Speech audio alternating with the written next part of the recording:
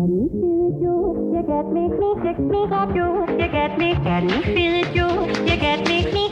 I'm Corey Nathan, and this is Talking Politics and Religion Without Killing Each Other.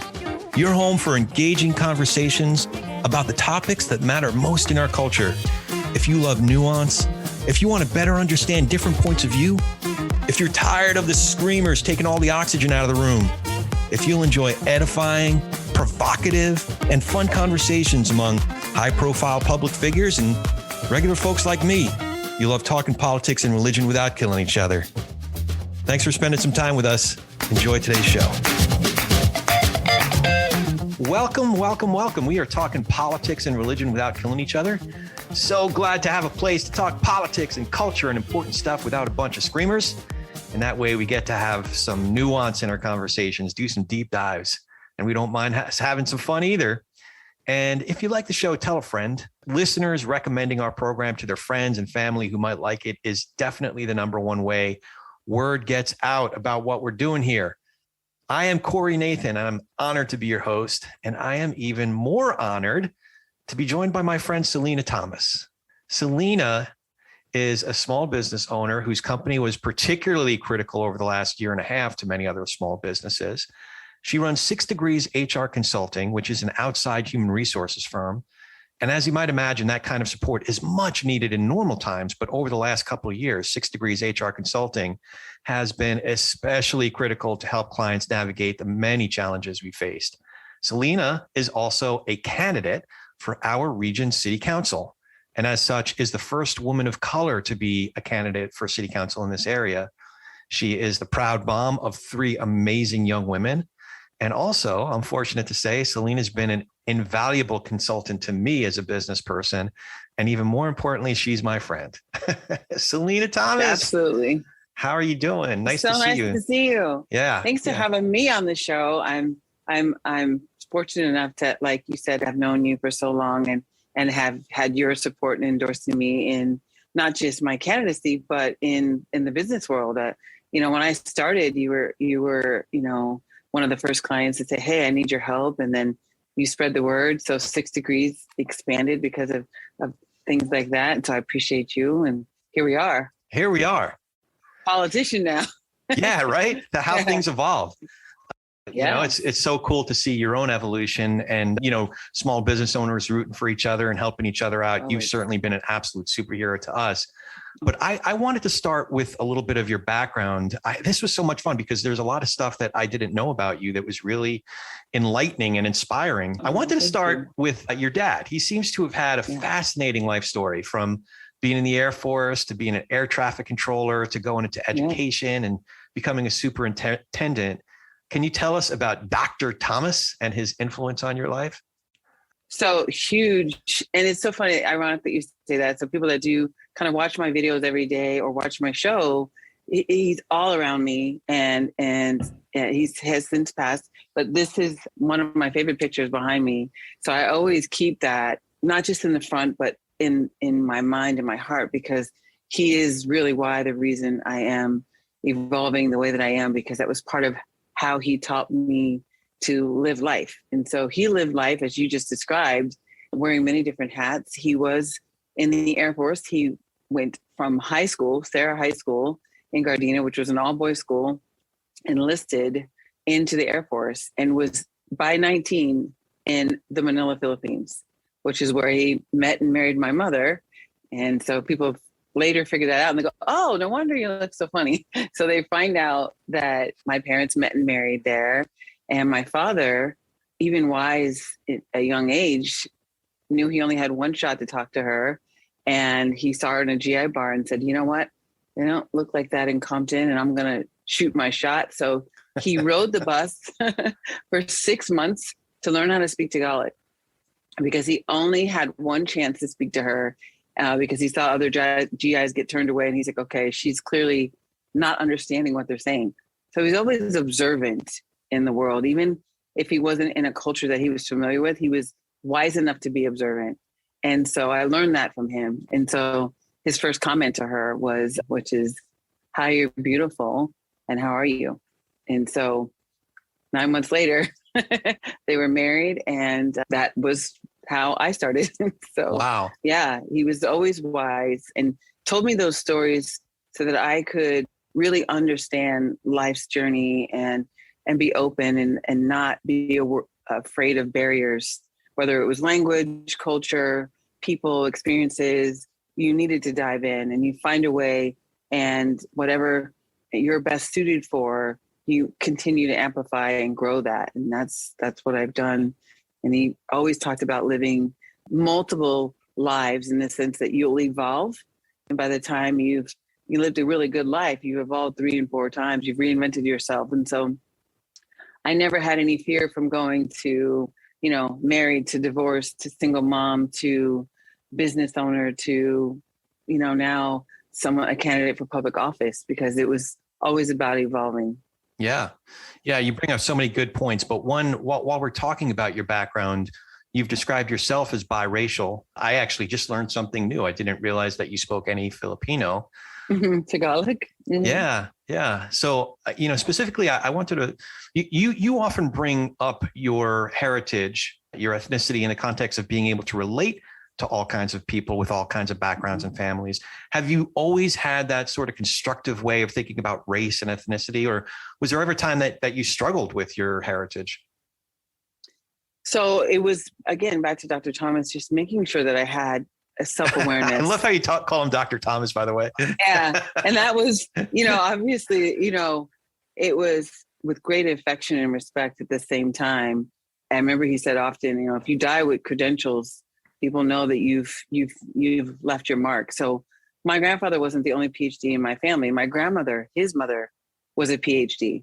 And so that was important for us to see that. And so in our family, you had to bring your degree or certificate, whatever you earned to get into your field, you brought it and you put it on the wall. And so by the time my grandmother passed and my father passed, for our family, it was floor to ceiling and a cross, because it became the family culture to become educated and well-versed in whatever you were trying to do. So there's no, one specific industry that everyone needed to go in. Not everyone had to be a doctor, not everyone had to be an educator, but everyone had to do something. And whatever it was, you needed to do your best. And whatever that looked like, you bring that certificate and you uphold it, because there's not many people that can speak to that and immerse themselves in that enough to realize that you are, really the maker of your own destiny. And so that was really the antithesis of that as well. But yeah, I relate to people because I often moved being a military child. And so you had to adapt. And some military kids have a different experience where like, oh, gotta move again. Where my dad created an energy about it that it was excitement. Like there's another opportunity to meet another, region of the country or another type of person. So I always embrace that, which is why I can embrace people so easily as an adult. Yeah. Yeah. That adaptability certainly goes a long way, being able to relate to any number of different folks, which actually serves you really well with 6 degrees. I definitely want to ask you a little bit about that. First, as a small business owner, I already alluded to that, the fact that it has been and continues to be an absolute godsend for me as a small business person. For those who aren't familiar with the plight of truly small businesses, we're faced with any number of the challenges that large businesses face, from regulation to reporting to dealing with challenging employee situations. The difference, though, as a small business is you don't have the resources to deal with a lot of these problems as they come up. And since you're already wearing any number of hats, marketing and hiring and technician, and you're also expected to be a full-time HR expert, which I definitely was not. So enter 6 degrees HR consulting and Selina with the big S for superhero on your chest. Can you tell us, you went from social work to being a small business owner, and specifically this particular niche. Can you tell us, and I loved your formation story as a small business owner, starting with the office at a local Starbucks being your first office. True story. Yeah. Yeah. What was it that prompted you to start 6 degrees HR consulting? So I was a social worker for about 8 years in Kern County before I moved from Bakersfield to Santa Clarita. And it was during a period of time where I was having and starting my family. And I was in the field at this point for 6 years, and I had come across a really traumatizing removal of a child from a bad circumstance. And I found myself not being able to be objective anymore, because I was actually pregnant at the time with my second daughter. And I could no longer be objective towards the birth mother who at that point needed my services. But I'm in a place where I can't look past what she's just exposed her child to. And that's when I knew I needed to leave and serve in a different way, leave that industry. Still wanted to help serve people, but not in that capacity, because I wasn't able to separate myself. And so I went to my supervisor and I said, I cannot do this. I'm about to have this second baby, and I've lost my objectivity. I was really being honest. And he said, well, before you leave the agency, we'd love to see if we can have you in a different capacity with our agency. You've been a supervisor. We'd love to help evolve you into maybe a supervisory HR role. And I was like, HR? And he's like, in support of our staffing, and still some of the skill sets can transfer to this, but we do need that. We'll pay for your master's if you give us 2 years of service. And I was like, okay, this is starting to sound a little better. Because he didn't want to lose me as an employee, but he also knew that I kind of plateaued at that area. And so that's what I did. And subsequently did the 2 years. And right at the end of that 2 years, I was studying for my license. And simultaneously, life happens. I was going through a divorce now at that point with 3 kids in tow. Oh, man. And so, yes. And so I had to see that as part of the whole bigger picture, right? And knew that I was going to move close enough yet far enough away to raise my girls. And so I went into HR as a specialty, got my PHR, and it's your specialty to be able to open a practice and serve small businesses like you. And so that evolution happened with life as issues as well, but it was all at the same time. And so I came here and I started my practice truly right out of a Starbucks on Copper Hill in Seco. There you go. And I was so glad that I did that. I started literally consulting people that had just started their businesses. So none of us had a home. We're all like meeting at the Starbucks to try to figure this out. And infrastructure was essential if you renew. So I really started from that place, and then it grew rapidly because the premise of 6 degrees, right, is that we're all connected. And so that connection, especially in this community, is 1 to 2 degrees. And it happened really quickly. Like within the first year and a half, I could move to a building, which is where I'm at now.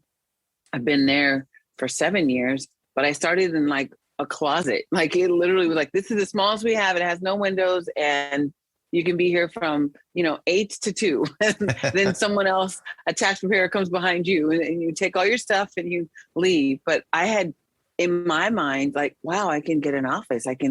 And so from that office, I literally started to evolve around the building. And now I'm actually in the front with a window with, not today, but with the roller coasters behind me. So I'm on the corner of Magic Mountain and Turney. Nice. And so that tells you, and so, not knowing, we couldn't have known, right? COVID was coming, right? Yeah. 7 years later, but not knowing that foundation of building my practice, building and learning as a practitioner, how to serve small businesses as an outsourced specialist, that would serve me also, because those that had not accepted my services when I was grinding suddenly were like, I remember the HR lady, she knocked on my door, she networked at VIA.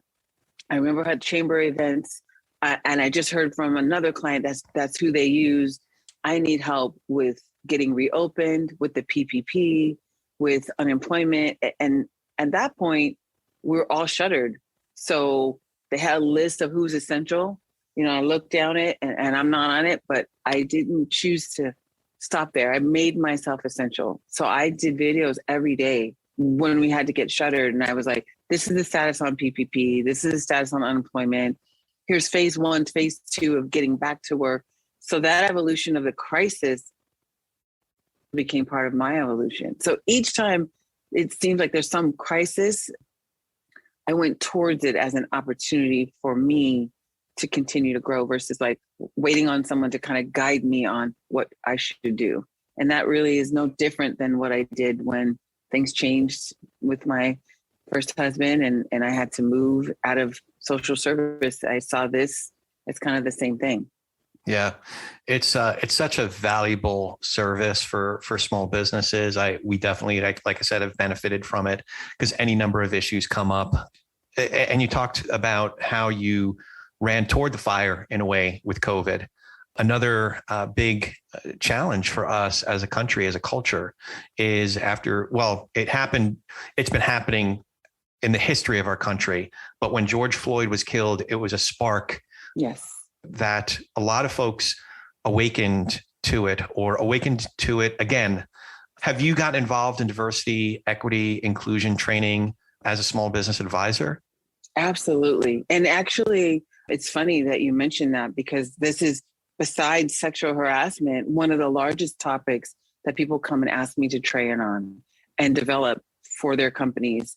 To your point, there was an awakening that people started to have, and business owners had it as business owners for what they needed to do internally to improve the company culture, not just align with the current kind of like buzz phrase, but to really shift what's happening within their workspace and for their employees in terms of that. So I've developed for many companies, Scorpion is one of them locally, Albright Painting, staple companies in our community, but it all applies, right? HR applies to every environment, and so does diversity, inclusion, and belonging. Some people call it various things, but the point is that as important it is to have sexual harassment, hostile work environment training, I see and predict as a practitioner that's engaged in working at the highest level with attorneys, with people in Sacramento, I see this evolving into a subject matter that will also be mandatory, just like sexual harassment, because of the fact is that most people spend most of their day at work, right? In some capacity, they are engaged with their employer. They're engaged with peers and counterparts that they have to start to gain an acceptance and an awareness of. And it mitigates, just like sexual harassment and hostile work environment, it diffuses and mitigates a lot of the issues that happen with people in the workplace. And so if we think of it in that context, separate from the benefits, right, of just having an awareness and really applying a new mindset in the workplace, we shouldn't even have to wait until it becomes mandated. I recommend it as a best practice. I recommend it, and you'll see and have seen lately, Fortune 500 companies will not allow you to submit a proposal as a vendor or someone with a specialty unless you have that within your company. So I've had companies call me out of necessity to say, hey, we're bidding on Microsoft and they're saying we have to have this certificate and we're going to miss out on this opportunity. So separate from any mandate, you have companies, large companies that prescribe to this as their company culture, and they won't even use someone that doesn't. So thinking about that shift, and of course it applies to me as an individual. I've had to, in many spaces, educate my daughters, who are often the only ones that look like them on their travel teams or in school.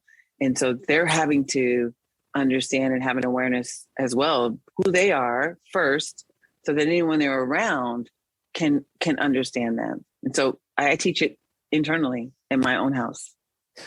So I want to share something personal and then ask you something personal.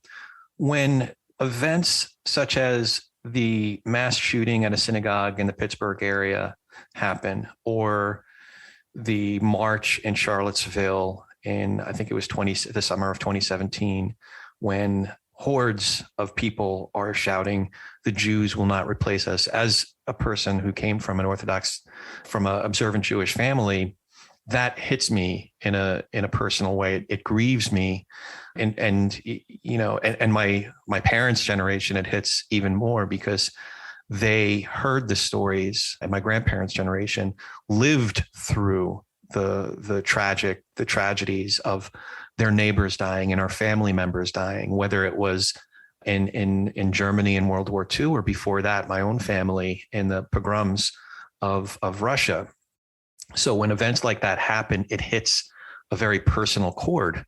And after George Floyd was killed, I have good friends, people of color, who, as they were gracious enough and brave enough to share what they were experiencing at that time, it sounded, I wasn't experiencing it myself, but I empathized because I heard that same song in a way, that same mournful song. Mm-hmm. But how did you experience that moment, that season?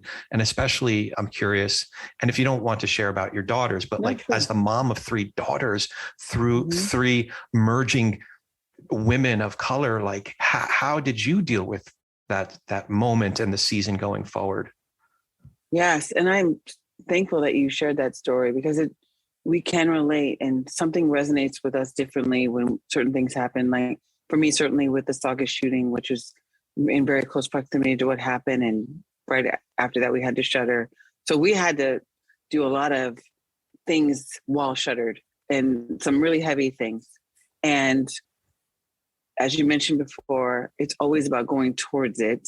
So I, as a mother, had conversations that my daughters were having with their friends, and there was a lot of chatter amongst kids during that time that really affected them. And so one thing I had to do was kind of filter some things out for them so that they were not taking on, there was a lot going on. Remember, the politics were at its height and this was going on. And then they're still recovering from the Saga shooting, which Gracie was one of Mia's friends. So it was a heavy, heavy time. I think the benefit of being internal and having to stay internal was that I could control the narrative, allow them to leave out what was anything that we could change, right? Other people's mindsets, we can't control that, only ours. And so I also often talk to my dad in a way that he reminded me I'll always be there. So I always had to think, what would my dad say? What would Dr. Thomas say in this moment, right? Yeah. And he reminded me often that ignorance and things like what we saw with George Floyd and the protests that came from that is a teachable moment. So you have to use this to teach right now. So that was the first thing I heard. The second thing I heard was that as much as things have changed, they have not. And I had to be honest about that. That history, like you spoke to with your family lineage, is painful, and it can the wound can be pulled off at any time with any videotape, with any soundbite that we all now with social media and the way technology is can have in front of us within 30 seconds. So for me, I had to explain to them, and their perspective as young women, Black in America, is different than a Black young man in America. But at that time, they're still learning how to drive, and I had to go, hey, if you get pulled over, cooperate. Your hands are out. There is no back and forth. I still had to teach that to my daughters. I had to remind them, you're in Santa Clarita. And not to say that there was a prevalence of incidents, but we had a bus stop incident during that same time. If you remember, in Canyon Country, where the young African-American boys at the bus stop were the victims, but were the ones that were treated, as if they were the criminals until the dust settled. But I had to remind them of that incident, that for the grace of God, there goes you. Mm-hmm. So that you're not exempt as young women. And the way that you communicate, the way that you carry yourself can make you subject to something. So always be mindful of that. And have those real, moments where you're paying attention to your surroundings. Who are you getting in the car with? Who are you talking to at the mall? What perceptions are you giving off? I have to say this to my daughters because, one, they're very tall, right? They're going to stand out in a crowd, especially here. And I'm very visible. So sometimes people know who they are already. So they can make them a target to people with bad intentions. So I had to have a lot of conversations. It's painful to know that this could happen. To hear the tape, it took me, I could only watch it for 20 seconds. And to know that it went on as long as it did was gut-wrenching. And so it was a lot. And in full disclosure, to share just a little bit, my girl's father, my ex-husband, is a journalist in Bakersfield. 5 years ago now, he was arrested wrongfully for filming an arrest. Wow.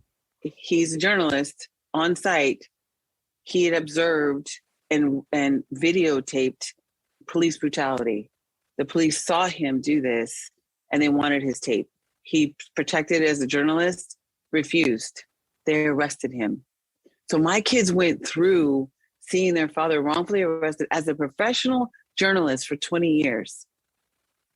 What did that say to them? That even what we've done as parents, right? We're both professionals. He's been a professional for over 30 years in that industry, and it could still happen to you. You don't have to be somebody that gave a counterfeit 20 at the liquor store. You could be a professional journalist. Now, fast forward, there was immediate action. It was covered heavily by, on a national level, covered an immediate foot response from the NAACP there. All charges were dropped. I mean, it was a big deal. Yeah. But my kids were immersed in that as the daughters of a Black man that was wrongfully arrested, a professional journalist for 30 years. Yeah. So this doesn't even have to leave our circle to be impactful. Well, to your point, I do want to talk a lot about the campaign, your decision to run, but there was something I noticed in a response to your campaign announcement on our regional radio station. Also has a very prominent website, gets a lot of traffic. I want to read a comment that sadly, in my experience, is not unique on the pages of KHTS's site or the Signal's comment sections. That's my comment, by the way. That's not you saying it. I'm speaking for myself. Mm-hmm. This commenter goes by the name of Rufus Williams. I don't know if that's his name or not, but he put it there, so I'll share it. He says, it says here she is a registered independent. I would bet she leans to the left, considering 90% of African Americans in the U.S. vote Democrat. All California Democrat politicians follow the marching orders of Pelosi and Newsom. If you open your eyes, find one Democrat-run city that is thriving. You can't. They are the highest crime, highest tax, pro-drugs, pro-open border, and much more. Perhaps she would agree to an interview with Larry Elder or Candace Owens to see how she would govern Santa Clarita. He goes on as if that wasn't, his opinions weren't clear enough. Question, does Selina Thomas support Kamala Harris? I would bet on it. Now, I bring that comment up not to underscore the comment, because it's not something that I would celebrate or want to promote. But I bring it up because, do you remember how you responded to the comment? Is uniquely me. Yeah, I remember speaking about Larry Elder because I related to his story about his father, an independent. I had respect for his journey. Announced my candidacy because if you submit your paperwork, I had respect for his journey, party preference, and they'll send it back to you. I understood. So at this capacity, yes, true story. So at this capacity, you have to work in a bipartisan way, and you can't even present your party preference, even though people have asked me what I've leaned towards in my previous voting record. You might have researched that I was an intern for Nate Holden and sent to Washington, D.C. under the Clinton administration. And I voted as a Democrat my entire voting history until I changed my voting status. But again, having the opportunity to have people have an alternative kind of perspective than me is fine. Because again, I embrace people. I had done so all of my life. I could speak to respecting Larry Elder's journey, because if you watched it, he had to develop a respect for his father, who was exemplary in what he was attempting to do, but Larry didn't get it until way later. I gained a real awareness about who my dad was and what he had done much earlier than Larry Elder did for his father. But I respected, having read his story, that he finally got it and gave him the respect that he deserved. The rest, for me, is the difference between him and I. I didn't vote for Larry Elder, and I don't prescribe to his politics, but at the end of the day, we can all agree to disagree.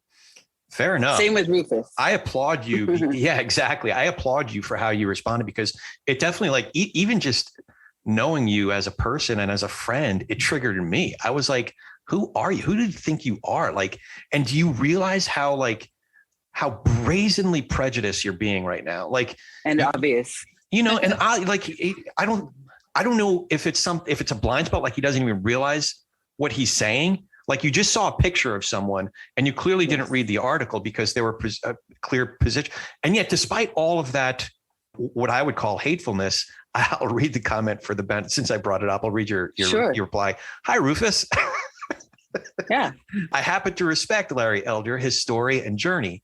Even if one has opposing political views, respect is the foundation of my values, which you, by the way, you model every day, every time I see you and every time I talk to you.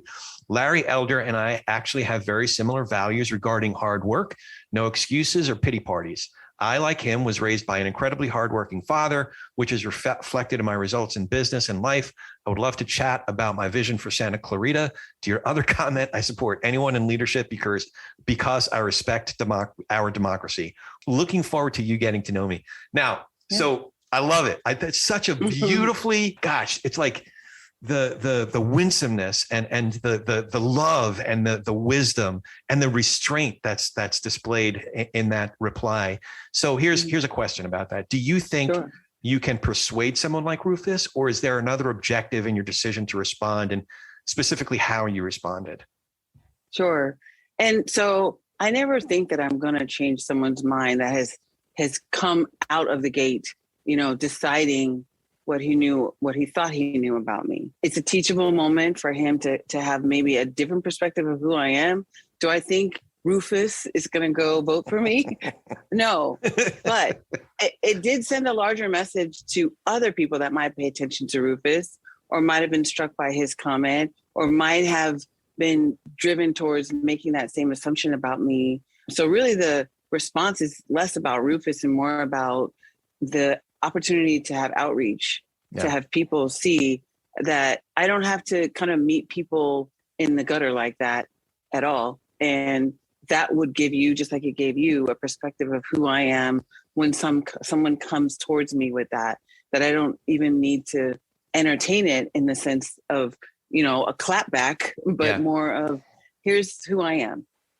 Well, I not to belabor this point, but I think it's a really, really important one. I mentioned the Signal, our regional newspaper, and in their announcement, there was a similar comment, some angry reaction to your announcement happening to have come on Juneteenth, which I thought was symbolic and important. Mm-hmm. But it was sort of reactionary and he didn't really read enough or stop to think about what you actually said. It was only like as if Juneteenth was a trigger word for him. Also, strangely, like, criticized people who work hard. Like, I didn't get, like, how is that a bad thing worth criticizing? And said if they can't afford to live in Santa Clarita, they should get out. The cherry on top was his labeling you as another clueless leftist, which, by the way, like, if you lean left, like, I don't see how that's a derogatory thing or worth attacking. But all of this is actually, what resonated for me, I happened to have read some comments from Joe Messina just before that. And again, you're not saying this, I am, but it sounds a heck of a lot like the same language that Joe Messina is using on a daily basis. So the question has more to do, I guess the question does have to do with prejudice. Like we said, some of this isn't even veiled. It's rather brazen. How do you deal with brazen prejudice and attacks? Do you deal with it head on? Do you let it go? Are you always able to face it in love, like you did in the reply with Rufus? Or does it just get to be too much and make you want to be more confrontational, expose it for what it is every once in a while? It certainly depends on the platform and the moment in which it happens. If it's face to face, I've had situations where, people initially, when I started running, stole my signs, cut them down around town. I'd have people call me and go, "Hey, are you still running? Because your sign on such and such is gone." I'm like, "Yes, I am." And come to find out, they were taken down, and they ended up somehow at the Republican headquarters. And I had to engage a detective to assist me in getting them back. And from me sharing it in a way that was hey, I just want to have an opportunity, I had more people embrace me in an outwardly obvious situation and not accusing anyone of anything, but this is ultimately what happened. It's there, it's in the records. That at the end of the day, even people that don't prescribe to my politics were not okay with that. Yeah. And so embracing it in a way where I still showed class, integrity, just wanting a fair opportunity. I often tell my girls, and I don't know if this has helped them excel in a way that they are, but for me specifically, a woman of color, my dad taught me this. I had to be exceptional just to level the playing field, just to level it. And so if you think about, you have to live and exist in that way as an African-American just to get a fair opportunity, which is why I was driven to put the appeal out that whoever has my signs, please, because at that point, the city could have seen who it was because of the street cameras. Within 30 minutes of that announcement on Facebook, we get a call. Oh, by the way, we have them. They're here. Oh, that's nice. And so, yeah, it was nice, but I think it was essential because, it would have been found out. And so they had to see me in a different light. And I think coming back at situations as heavy as someone came, that would have just not given people a real perspective of who I am. That reminds me of the scene, the moment in Les Mis when the father, the priest, what's his name, Jean Valjean, is leaving in a rush in the early morning, mm-hmm. and he steals all of the silver and the candle, the candelabra and all that, and he's caught and he's brought back to the priest's house. And the priest reacts in a very different way, basically saying, I'm mad at you for not taking these, like he's giving him a way out of it. He's forgiven him in advance. Yes. And not only that, he's giving Jean Valjean an opportunity to do the right thing, even though it can be compelled upon him. Yes. It just tells you who he is. Yeah. And I think my responses have always told people who I am. That's great. And I would still continue to be that way. And I obviously have to model that for my girls because we get one shot. One mistake and we're not forgiven. Yeah. Right. And we're talking culturally. This is our society right now. So we can't afford to make a mistake. And so if I made a mistake in my response, if it was out of my character, I've had people come to me and say, I'd like to write for you. I'd like to for your campaign. But it wouldn't be who I am. You have people that come forward and want to be a crisis manager or someone that controls the narrative, if you will. And so then now I'm no longer existing and I'm kind of a puppet. Yeah. And so I'm never afraid of responding in kind in the way that I would respond, even if I wasn't a politician. I respond in the way that I would as an individual, as a businesswoman, as a mother, and whatever context that we're communicating in, you're going to get the same integrity. And so it's no different as a candidate. So with all of your accomplishments as a mom, as a business owner, all you've done for other businesses, mine included, why run for city council? Well, so in the short of it, when I stepped forward, we were at the height of COVID. And many small businesses that I had served said, we need a voice in city council for this business recovery. We need someone with the acuity that you have in terms of what you've already set forth in your COVID response. Yeah. And we also need someone to kind of represent that on a larger scale. So it wasn't even about being an African-American candidate or the first African-American one. It was about being a business voice. I remember I've had a few reporters ask me, you're the Black candidate. I'm like, no, I'm a qualified candidate that just happens to be African-American.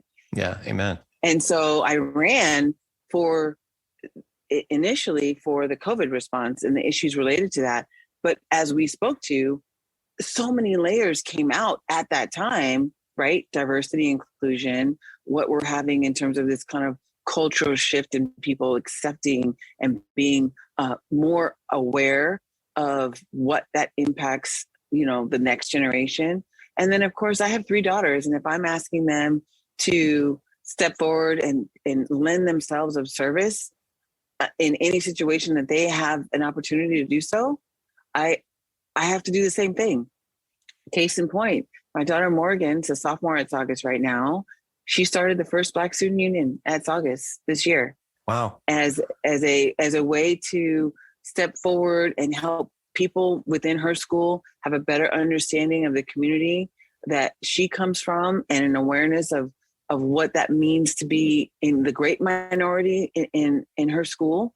And there are several people that are not of color in this BSU chapter. And so I'm really proud of her for just having the wherewithal to say, I, in my own way, in my own bubble, right? Yeah. So for me, Santa Clarita is my bubble. For her, Saugus High School is hers, right? It'll get bigger as she gets older.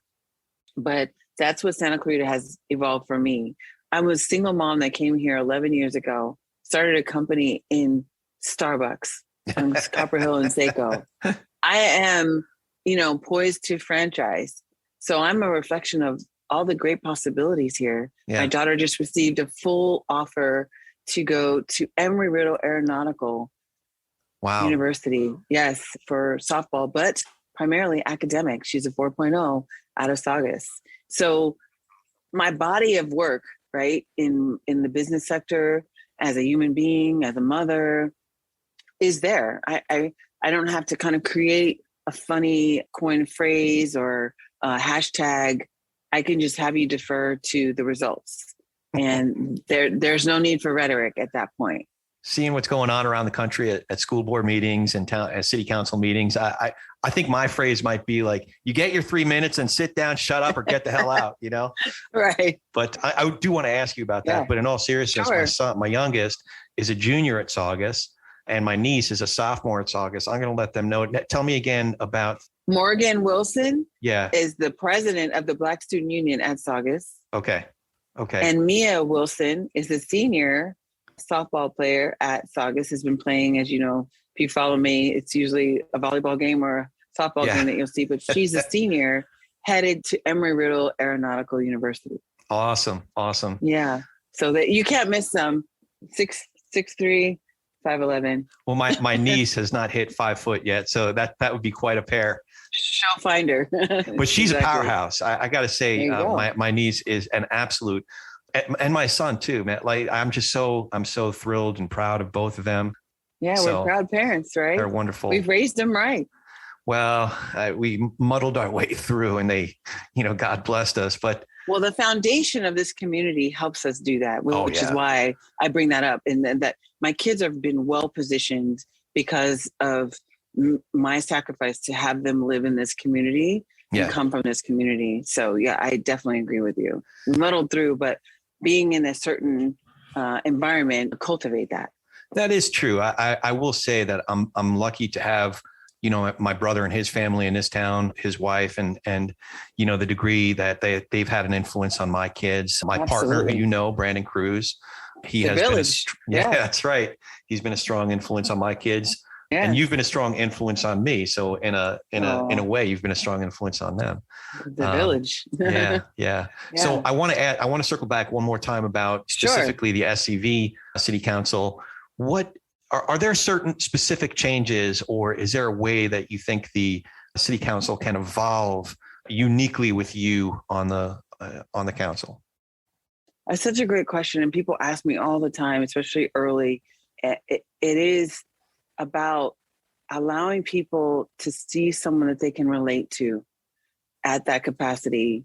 Representation is very important. It's not just about the representation of the diversity, but representation of the many different things that I embody, right? I'm a single mom. I'm a business owner. I'm a homeowner here. I'm invested in this community. And I think when people see someone that could step forward, have never been a politician, right? And can present themselves as a representative of the results here, people will become more engaged. And I think when they're engaged in a positive way, not in a Rufus type way, right? We'll just coin a phrase today, but if they're engaged in a positive way, not a Rufus way, you get a better community. We just talked about how this community has helped us raise our kids and position them, right? And they can go into the world and we feel that they have the foundation. I feel that having someone like me on the council will represent that for a lot of reasons, not just business, not just an African-American woman, not just a parent, but somebody that is a community driven person that is not just spending time in certain sectors, but allowing myself, as you mentioned, the Scrum premiere yesterday. I'm on the Wish Education Foundation. I'm a board member. So the education component of course, near and dear to me with my dad and my girls, but I would still extend myself into that even once they've gone into college and because of the legacy. But it's important because I know where it will take our kids if somebody is driving that in a positive, sincere way with integrity. So it's important that people allow for people to run in a way that allows representation to happen more frequently. I know they're talking about districting. That's not happened yet. Yeah. But in other communities, districting allows a more diverse field of candidates to come forward. And it's not just kind of a monopoly. And then, of course, having term limits is important so that you have fresh ideas, fresh perspectives, to issues. And then that constant engagement allows people to come forward. If they feel like someone can't run because that seat's been, occupied by the same, circle of people for 25 years, that by itself, it keeps you from going towards it. Yeah. You see yourself there, you'll go towards it. Yeah. Another thing that I think I mentioned it only half jokingly a second ago that keeps people from doing it is seeing these, videos. And it does happen. It has been hostile in our town at school board meetings in particular. And there has been some rough and tumble dialogue at city council meetings as well. How would you respond, for example, to disruptive behavior in a city council meeting? Just like I did to Rufus. At the end of the day, class and intelligence and having the emotional intelligence to recognize what's behind that, and that it's not going to serve anyone to meet him in the gutter. It's disruptive. I would offer another way to communicate. If let's just say Rufus came to council meeting and I was there, yeah, I'd say, Rufus, we need to do this better because you won't get anything less from me. So I have an expectation of you that we are equal in the way that we communicate. If there's something that's driving you, that's frustrating you, and trust me, I've been there as a constituent, right? I'm a constituent first. I get frustrations in our community, but if we communicate them in a hostile way and they have an expectation that we're going to get anything done, it's really unrealistic. So I think having the maturity and the emotional intelligence to recognize that would not serve in that moment. And depending on how disruptive Rufus was being, I'd have to call upon someone to assist me, but I certainly would not meet him in that same manner. And I would respond very similar to what I wrote to him in that way. Well, what's encouraging about your candidacy is that I've been concerned that such behavior, we kind of say with this program, the screamers have taken over the public square and we're taking it back, and I'm afraid that most sane people of goodwill and good faith just don't want to get involved. They see what's going on there and they just let the screamers just have it. I got to make dinner. I got to put the kids to bed. I'm going to tap out. Yes, I understand. You have to be thick-skinned. You have to be battle-tested. That's for sure. This is not for the faint of heart. I think sharing my life experiences and some of the ups and downs tells you that I can weather those things and actually come out, more evolved, more prepared for the next opportunity.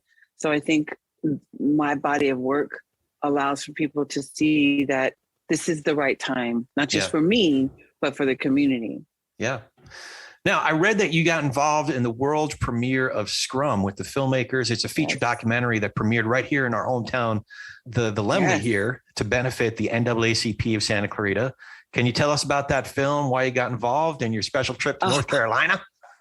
It meant so much to me. And I was so grateful that the executive producer, the director, gave me such exclusive access to what this story meant to them and why it was important for them first to bring it. I actually just sent the message out. But for them, prior to even knowing me and having a conversation with me on the Signal for my show, it was because the story resonated very similarly to the backdrop is in North Carolina. The backdrop is very similar to Santa Clarita. upper middle class, very affluent area in some regards, and not a lot of diversity.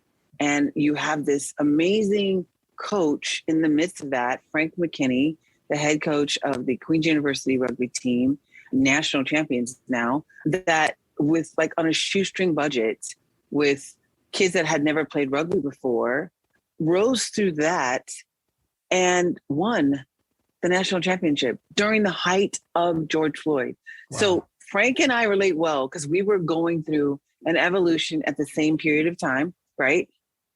I love this about Frank. He had a father very similar to mine, who I had the honor of meeting yesterday at the premiere, and I related to him immediately. And so it resonated on so many levels, from the athletics to the diversity to the like out of nowhere person that no one would ever believe could get it done, got it done. And so I related to him, and I wanted to make sure people knew that story, not for me, but for the opportunity to be inspired, to also see themselves, which if you watch the movie, you will see yourself in some facet in the many different people in the community, people that talk about Frank, that have gone through the program, gone through adversity, see themselves, you know, improving the lives of their children because they've sacrificed.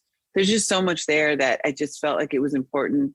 And because they had decided to do the premiere here, I was more than happy to share the platform that I have so people knew about it. And so I also had the opportunity and an invitation to go and see it with the rugby team that's featured. They will be seeing it for the first time. Oh, wow. In North Carolina at a film festival. And so this week. And so I will get kind of the second piece of the story. I spoke earlier to the president of Queen's University as part of my part 2. And of course, they're thrilled about the national attention that this movie is beginning to garner. It's got the buzz in all the film festivals. I would not be surprised if it was nominated for an Oscar in the documentary film category. Just a genuine heart. The director, Thomas Morgan, I can't say enough about it. And I have gifted it to a few people that couldn't make the premiere, because you can actually go on the NAACP branch's website and actually watch the movie. If you didn't make it to the premiere, it's $12. And part of it is the proceeds go to a scholarship initiative here in Santa Clarita. So NAACPSC for Santa Clarita, NAACPSC.org. And there's an automatic pop-up for Scrum. Exactly. Red carpet the premiere. Movie. That is really awesome. So cool. And the movie link is there, and it's on my page as well. And some of the proceeds, when you watch it, for $12 goes directly to the NAACP chapter here in Santa Clarita, branch in Santa Clarita. And they have started, just like Frank, an initiative to give kids scholarships. Now, we, you know, just having gone through this school process and scholarship process, I understand the value of scholarships for students to go to a school that they would have never seen themselves in. I mean, the prestigious school that my daughter received an offer from, I could have never sent her there on my own. And of course, then if she wanted to go there, there's debt that's tied to that. And you're starting life, you know, behind the 8 ball, if you will, financially. This is an opportunity for people to see athletics and academics as the priority, and the prestige and it's character shaping to watch these students go through what they go through in this film. It was such a great night. I literally raced up. I was at another event all weekend, raced up from Newport Beach, changed in the car because I was not going to miss it, and got right to the red carpet. I'm like, I'm here. So here I am. It was great. That's awesome. I wouldn't have missed it. And I'll do the same when I go to North Carolina, which I've never been to. I've traveled all over the country with the girls, but not had a chance to go to North Carolina. So I'm super excited. I'm going to come back with some Queen's University swag, and I'll be talking about this for a long time. That's awesome. Yeah. All right. So I have one more question and one very important piece of business. I didn't warn you about this. I should have given you the heads up. I was going to be asking you this. Do you have any questions for me? Well, you know, I've watched your evolution. I love your platform. I love that you start off saying we can have these conversations without killing each other, right? We don't have to be angry, Rufus, all the time. We can really just talk. We can just talk and share ideas. And so what drove you to do that? I mean, obviously there's so many options for people to kind of dive in and develop podcasts, and people have evolved from COVID into doing these mediums. But what was the driving force for you? So I have family members and really good friends that we have different opinions about very important things. Like I said before, I grew up very observantly Jewish. I became a Christian about 20 something years ago. Mm-hmm. So that prompted a series of conversations with my father that started out very fraught, but we had to learn how to talk to each other in more productive ways if we valued the relationship over being right about a theological point. A very important point, a very central point, but a theological point. Me and my partner, Brandon, have some knockdown drag outs about politics, but our relationship is more important than being right about one issue or one politician or another. And by the way, as much as we disagree about different politicians and different issues, he and I both agree that you belong on the city council. So, thank you so much. I appreciate that. But that means a lot. Yeah. But so for a long time, it has occurred to me that there's not many issues, if any, that are as important as how we talk to each other as a community, how we talk to each other within culture. And if we can value each other as human beings and see each other's humanity first, right? Mm-hmm. Then we can figure out tax policy. Mm-hmm. We can figure out minimum wage. Bridging a lot of gaps, for sure. Yeah. Agreed. So I wanted to be able to have some of these. That's what started it. Yeah. Great. Yeah. And listen, this program's not everybody's cup of tea. I've made no bones about it that folks who are still, on the stop the steal train, so I'm not going to try to diplomatically pretend that I'm on board with that. But I will say that I've learned from some folks, there are some things I feel really strongly about. Like, listen, the election wasn't stolen. Yeah, there was some fraud, but the election wasn't stolen. Or, vaccines work. But what I will say is I've learned, and it's been an exercise for me, and again, it's about the humanity first, and there's a reason behind that. And one really important thing I've learned is it's not so much about the issue itself. Sometimes it's about how that individual has been treated, right? Just as a person. Absolutely. So whether it's Rufus or whether it's somebody very, very close to me, whether it's about vaccines or the election or Juneteenth, it could be about any number of issues. But if that person has been harassed and humiliated and shamed, they're only going to dig, most often, they're not going to react with the same kind of class and grace that you did to Rufus. They're going to dig their heels in and have a hateful response in turn. Mm-hmm. And the only way to respond to that is in love. With kindness. And Absolutely. Kindness. So, and it creates a teachable moment.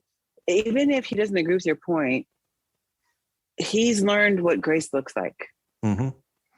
Yeah. And even if him and I won't ever agree on politics, I, like you just said it earlier, I might not be for everyone, and I'm okay with that.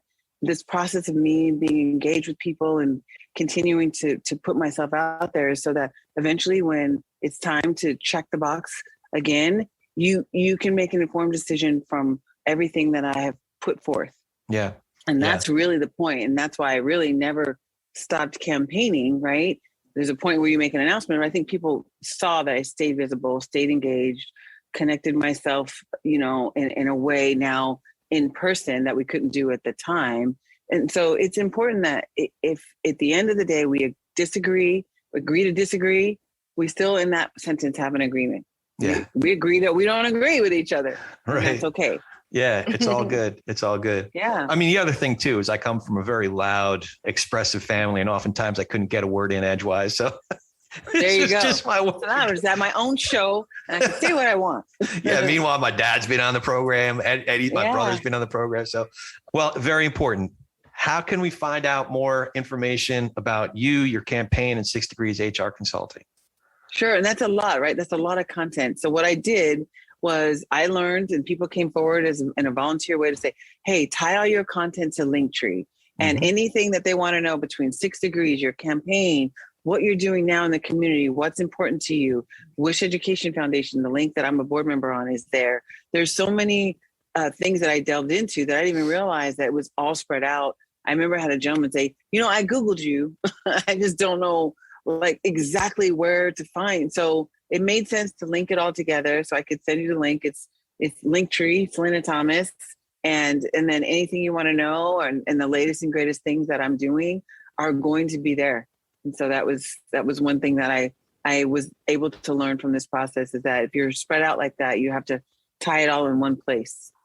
Okay. So that's link. So linktr.ee. So let's Linktree, folks who are /Selina, SELINA Thomas. No spaces in between there, but I'll put that in the show notes. I'll make sure that because it is really helpful. I just that was my reading material for the last week or so. So and I'm glad that I learned that because you can get Googled and then you end up getting something that's dated or not the latest. So I'm glad that I have that there, and I'm constantly updating it because I'm constantly putting out content, not even realizing I have a lot of it out there. So. And I love your summary there. Mother of 3 daughters, business owner and advocate, political candidate. It's great. Awesome. Says it all in one bite and all the characters that I'm allowed. So there you go. I was only allowed 80 characters and I got it all in. I really appreciate it. I'm gonna tell Jessica and Emily, my co-producers, about that, because that might be really valuable for us to absolutely. Anyone that's putting content out there, tie it to Linktree. It'll help you out a lot. Good stuff. Yeah. Thank you so much for coming. It's always cool hanging out with you, but I really appreciate how forthcoming and candid you are, and great getting to learn so much more about you. And we're rooting for you. So thanks again, Selina. Thank you so much. And thanks for doing your research, because I didn't know anyone knew about that Rufus comment except Rufus. So thank you. Right on. So appreciate it. As always, if you like the show, and Rufus, I know you do, please hit that subscribe button, leave us a review and comments wherever you get your podcast. And most importantly, tell a friend about us. Now go talk some politics and religion with gentleness and respect, and have a great week. Thank you for joining us today. If you appreciate what you've heard here, please go to iTunes or anywhere you get your podcasts, give us a 5-star rating and leave a review. That really helps move us up the chart so others can find out what we're up to here. For Ronnie Nathan, I'm Corey Nathan, and we've been talking politics and religion without killing each other. We'll be back in a few days to do our little part in Tikkun Olam.